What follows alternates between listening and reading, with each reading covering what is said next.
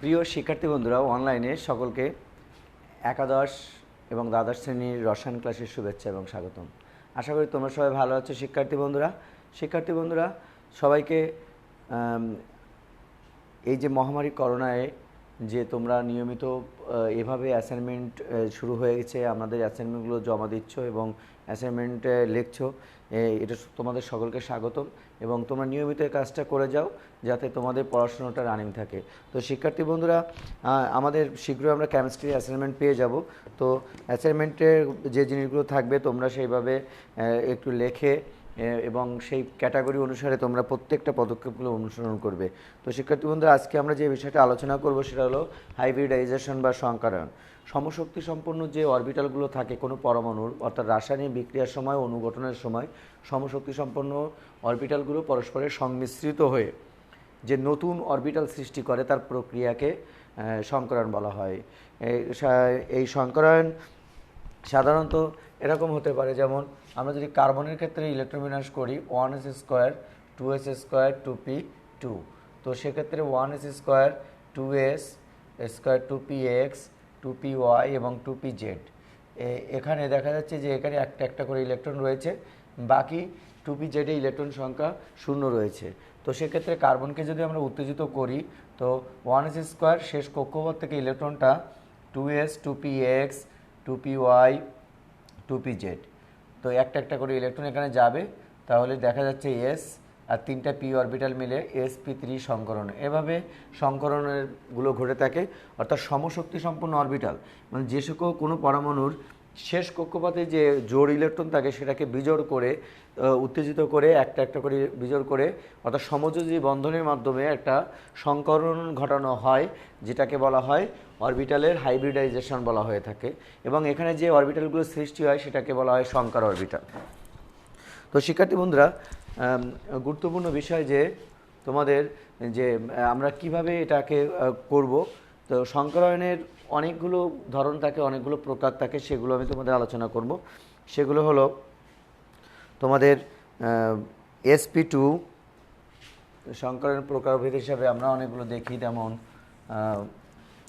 sp2 সংকরণ, sp3, তারপর sp2 sp সংকরণ, তারপর sp2d, sp3d², sp3d³, এরকম অনেক সংকরণ তোমাদের সাধারণত থেকে থাকে। এই সংকরণগুলো বিভিন্ন সময় বিভিন্ন রকম আকৃতি এবং বন্ধন করে মানে বিভিন্ন রকম প্রদর্শন করে। তো শিক্ষার্থী বন্ধুরা, আমরা ধাপে ধাপে একটা করে শিখব। মেইন ব্যাপার sp3 সংকরণ প্রথমে শিখব। sp3 সংকরণ সম্পর্কে আমরা আলোচনা করব কীভাবে sp3 সংকরণ করা যেতে পারে। তো সেক্ষেত্রে আমরা এখানে একটি এস এবং 3টি পি মিলে হয়, তিনটি পি অরবিটাল মিলে হয়, মোট হলো অরবিটাল সংখ্যা 4টি হয়। সেক্ষেত্রে আমাদের sp3 সংকরণ হয়ে থাকে। অর্থাৎ একটা এস এবং 3টি পি, এখানে একটা এস এবং 3টি পি মিলে হয় হলো 4টে অরবিটালের এবং মোট সংখ্যা হয় sp3 সংকরণ। তো sp3 সংকরণের ক্ষেত্রে আমরা একটা উদাহরণ হিসেবে দেখতে পারি, যেমন মনে করো শিক্ষার্থী বন্ধুরা, আমরা ইথেন যৌগের ক্ষেত্রে চিন্তা করি। ইথেন, তো ইথেনের আমরা এভাবে সংকেত লিখতে পারি অথবা C2H6 এভাবে লিখতে পারি। এখানে আমরা কার্বনের ইলেকট্রন বিন্যাস করতে পারি। তো 1s² 2s² 2p2, আমরা ভেঙে পেলে এটাকে বা উত্তেজিত করে লিখি 1s² 2s 2px 2py 2pz। তো ইথেনে প্রত্যেকটা কার্বনের সাথে একটা করে এইচ আছে, 3টা করে এইচ রয়েছে। তো 3টা এইচ সাধারণত এর একটা করে ইলেকট্রনের সাথে শেয়ারিং করবে। তো সেক্ষেত্রে আমাদের এই হাইড্রোজেনগুলো এভাবে শেয়ারিং করলো।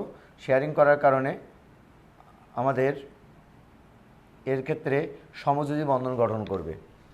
তো 3টে হাইড্রোজেন 3টা কার্বনের সাথে একটা কার্বনের সাথে শেয়ারিং করবে এবং আরেকটা কার্বনের সাথে কার্বন মুখোমুখি অধিক্রমণের মাধ্যমে আরেকটা শেয়ারিং হবে। সেক্ষেত্রে কার্বন কার্বন একক বন্ধন গঠিত হবে। তো শিক্ষার্থী বন্ধুরা, এক্ষেত্রে যে সংকরণটা হয়ে থাকে সাধারণত সেই সংকরণের নাম হলো sp3 সংকরণ।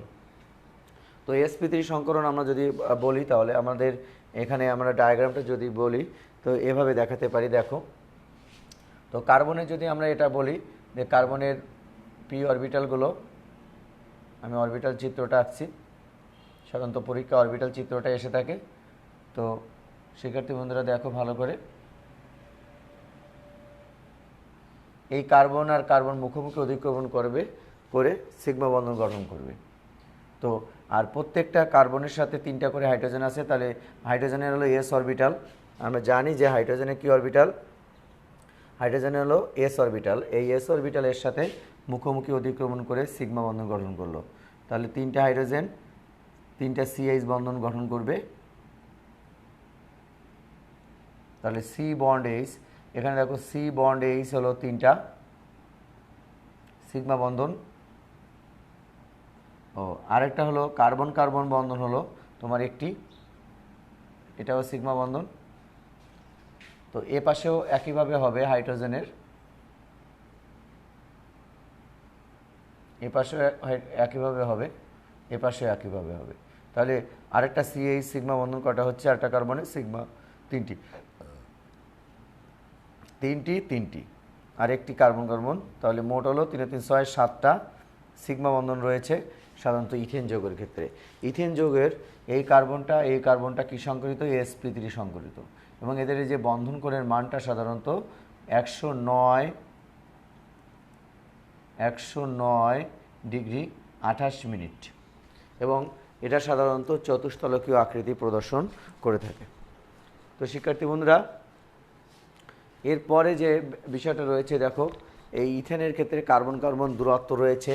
এখানে কার্বন কার্বন যে এখান থেকে এর দূরত্বটা, অর্থাৎ কার্বন বন্ড কার্বন দূরত্বটা হলো 1.54 অ্যামস্ট্রম নট।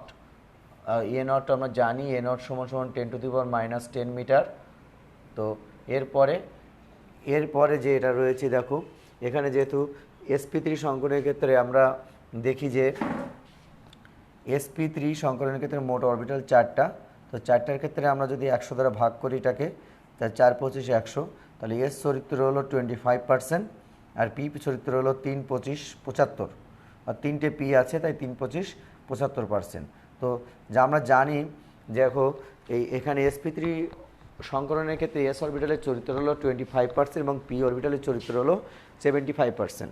তো শিক্ষার্থী বন্ধুরা, এইগুলো আমাদের করে আমরা ইথেনের ক্ষেত্রে আমরা দেখলাম sp3 সংকরণ। এরপর আমরা যে সংকরণটা দেখব সেটা হলো sp2 সংকরণ।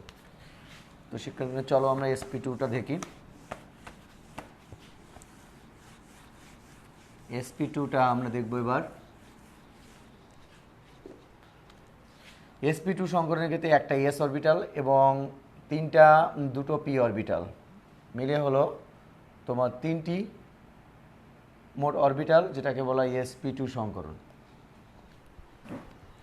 অর্থাৎ একটা এস এবং 2টি পি মিলে হয় 3টি, মোট হলো তোমার 3টি অরবিটাল, তাহলে sp2 সংকরণ হয়। কেমন হয় সেক্ষেত্রে কার্বনের ইলেকট্রোবিন্যাস করলে দেখা যায় 1s² 2s² 2p2। তো আমরা কার্বনকে উত্তেজিত করলে দেখা যাচ্ছে যে 1s² 2s² 2px 2py এবং 2pz। এক্ষেত্রেও কিন্তু আমরা দেখা যাচ্ছে যে একটা করে বিজোড় ইলেকট্রন 4টে রয়েছে, তাহলে sp3 হওয়ার কথা। কিন্তু দেখা যাচ্ছে যে ইথিনের ক্ষেত্রে সংকেত হলো CH2 দি বন্ড CH2, অথবা আমরা এটাকে এভাবে লিখতে পারি C2H4, যেটাকে ইথিন হিসেবে আমরা চিহ্নিত করি। ইথিনের সাধারণ সংকেত হলো CnH2n। তো CnH2n হলো আমাদের আণবিক সংকেত। এখানে বসালে যে কোনো যৌগের ক্ষেত্রে আমরা অ্যালকিন যৌগের ক্ষেত্রে আণবিক সংকেত পেয়ে যাব। তো শিক্ষার্থী বন্ধুরা, এখন গঠন হচ্ছে দেখো, যেহেতু কার্বনের সাথে 2 H আছে, তাহলে 2 H হলো শেয়ারিং করবে, সেগুলো হলো সংকর অরবিটাল বলা হয়ে থাকে। তো এইগুলোকে বলা হয় সংকর অরবিটাল। আর এই অরবিটালকে বলা হয় অসংকরিত অরবিটাল।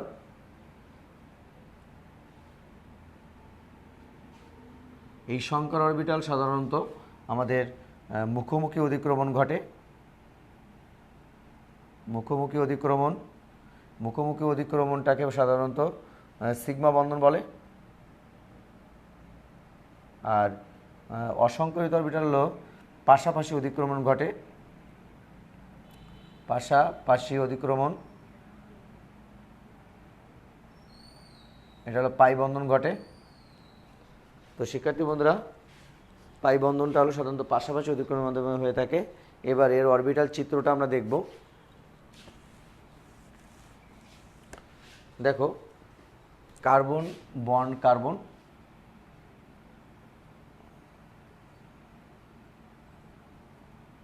এর একটা অসংকরিত অরবিটাল, সেটাকে আমরা এভাবে দিতে পারি। আমরা যেহেতু সংকরিত অরবিটালগুলোকে আমরা একটু সাদাভাবে দেখি, এটাকে একটু দাগ দিয়ে আমরা আলাদা করে এঁকে ফেলি।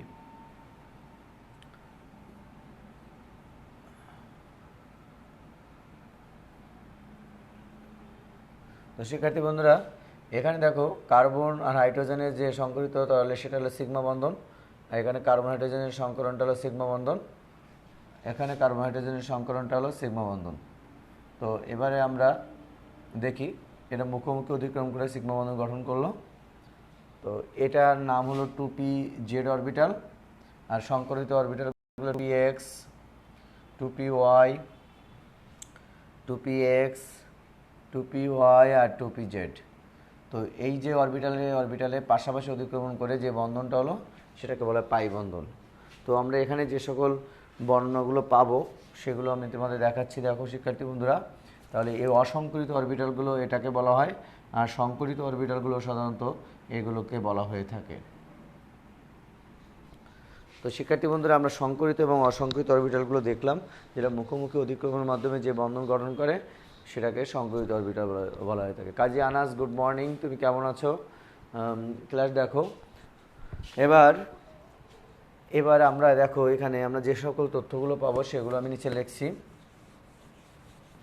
তাহলে এই কার্বন আর এই কার্বন যে সংকরিত তার নাম হলো sp2 সংকরিত। sp2 সংকরিত, এখানে কার্বন দ্বিবন্ড কার্বন আছে, এটা হলো কার্বন দ্বিবন্ড কার্বন হলো একটা পাই বন্ধন, একটি পাই বন্ধন, আর কার্বন বন্ড কার্বন একটি সিগমা বন্ধন, আর কার্বন দ্বিবন্ড কার্বনের দূরত্ব হলো 1.34 অ্যামস্ট্রম। এখানে আরও তথ্য যেগুলো রয়েছে সেগুলো হলো সি বন্ড এইচ, সিগমা বন্ধন হলো 1, 2, 3, 4টা। তাহলে মোট বন্ধন সংখ্যা তোমার কটা আছে? 4, 1, 5 আর 6টা। মোট বন্ধন সংখ্যা হলো 6টি।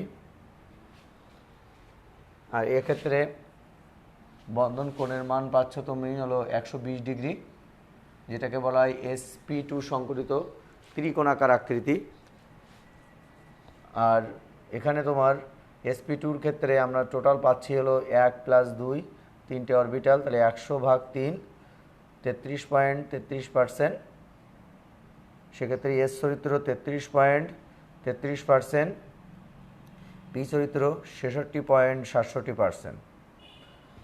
তো শিক্ষার্থী বন্ধুরা, আগেরটার ছিল এস চরিত্র ছিল 25%, এটার এস চরিত্র তোমার 30.30% এবং পি চরিত্র 66.67%। এরপরে আমরা যে বিষয়টা যাব সেটা হলো এসপি সংকরণ। তো চলো শিক্ষার্থী বন্ধুরা, এসপি সংকরণটা আমরা দেখি।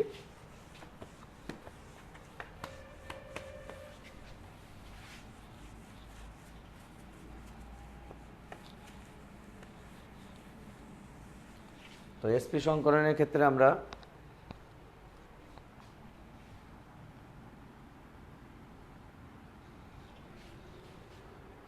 এসপি সংকরণের ক্ষেত্রে একটা এস অরবিটাল, একটি এস আর একটি পি, মোট হলো 2টি অরবিটাল, যেটাকে বলা হয় এসপি সংকরণ বলা হয়ে থাকে। সমশক্তি সম্পন্ন অরবিটাল 2টি আছে। তো সংমিশ্রিত নতুন দুটো অরবিটাল সৃষ্টি প্রক্রিয়াকে এসপি সংকরণ বলা হয়ে থাকে। তো সেক্ষেত্রে কার্বনের এক্সট্রা হিসেবে আমরা দেখি ইলেকট্রোবিন্যাস। তো উত্তেজিত করে দেখি আমরা 1s², 2s, 2px, 2py, 2pz, একটা করে দেব। এক্ষেত্রে দেখো ইথাইনের সংকেত আমরা প্রথমটা ইথেন করলাম, পরেরটা হলো ইথিন, আর এটা হলো ইথাইন। তো সেক্ষেত্রে শিক্ষার্থী বন্ধুরা CH ত্রিবন্ড CH, যেটাকে আমরা C2H2 হিসাবে চিহ্নিত করব। তো এবার দেখো আমরা ইলেকট্রোবিন্যাস করি। দেখো এখানে দুটো কার্বনের সাথে 2 H আছে, অর্থাৎ প্রত্যেকটা কার্বন। তাহলে সেক্ষেত্রে আমরা এইটুকু সংকরণে অংশগ্রহণ করবে সংকর অরবিটাল, আর এই দুটো হলো অসংকরিত অরবিটাল। তো শিক্ষার্থী বন্ধুরা, সংকরিত এবং অসংকরিত অরবিটালের ভিতরে পার্থক্যটা আমাকে বুঝতে হবে। তো এবার এর অরবিটাল চিত্রটা দেখো।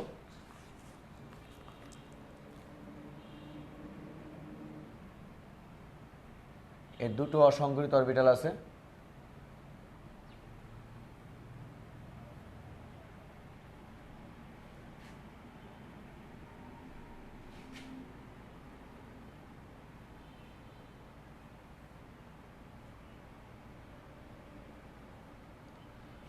অসংকরিত অরবিটালগুলোকে সাধারণত আমরা দাগ দ্বারা প্রকাশ করি, তাহলে বুঝতে সুবিধা হবে। আর সংকরিত অরবিটালগুলোকে আমরা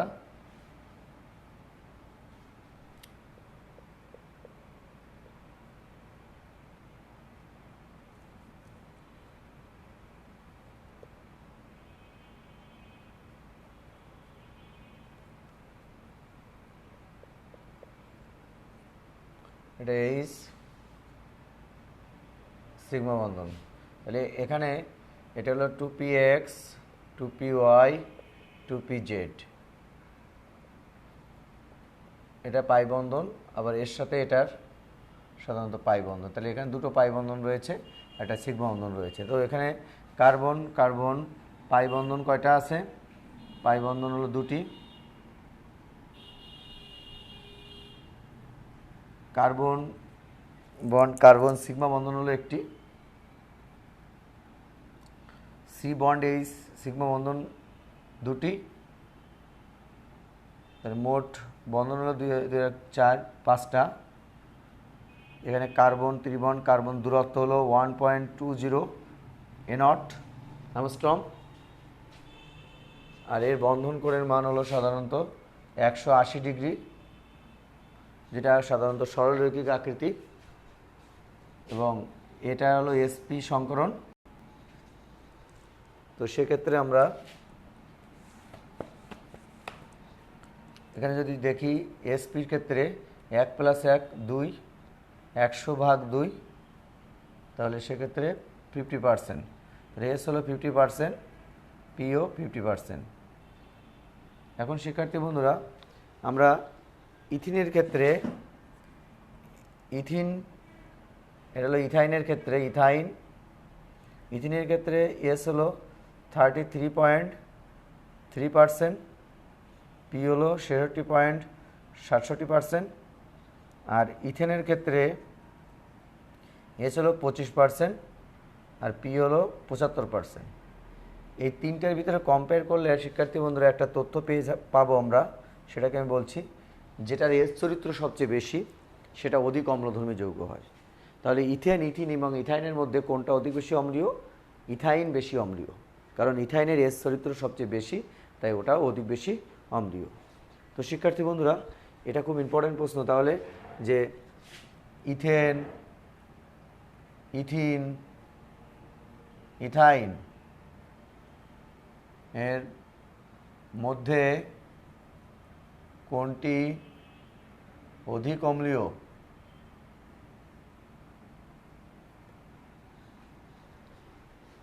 এবং দেখো এর বন্ধন দৈর্ঘ্য হলো 1.20, ওর বন্ধন দৈর্ঘ্য 1.34, আর ইথেনের ক্ষেত্রে বন্ধন 1.54। তাহলে সবচেয়ে বন্ধন দৈর্ঘ্য কিন্তু দূরত্ব কিন্তু 1.20 ইথানের সবচেয়ে কম, কারণ এক্ষেত্রে দুটো পাই বন্ধন রয়েছে, যাতে বন্ধনের সংখ্যা বেশি রয়েছে, যার কারণে কার্বনের অরবিটালগুলো অর্থাৎ এই হাইড্রোজেনের সংকর অরবিটালগুলো এবং অসংকরিত অরবিটালগুলো খুব কাছাকাছি চলে আসে।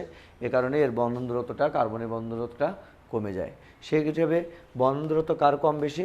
সবচেয়ে বেশি হলো ইথেনের, আর ইথেনের ক্ষেত্রে সি ত্রিবন্ড এইচ সি এক্ষেত্রে বন্ধন দূরত্ব হলো 1.20 অ্যাংস্ট্রম।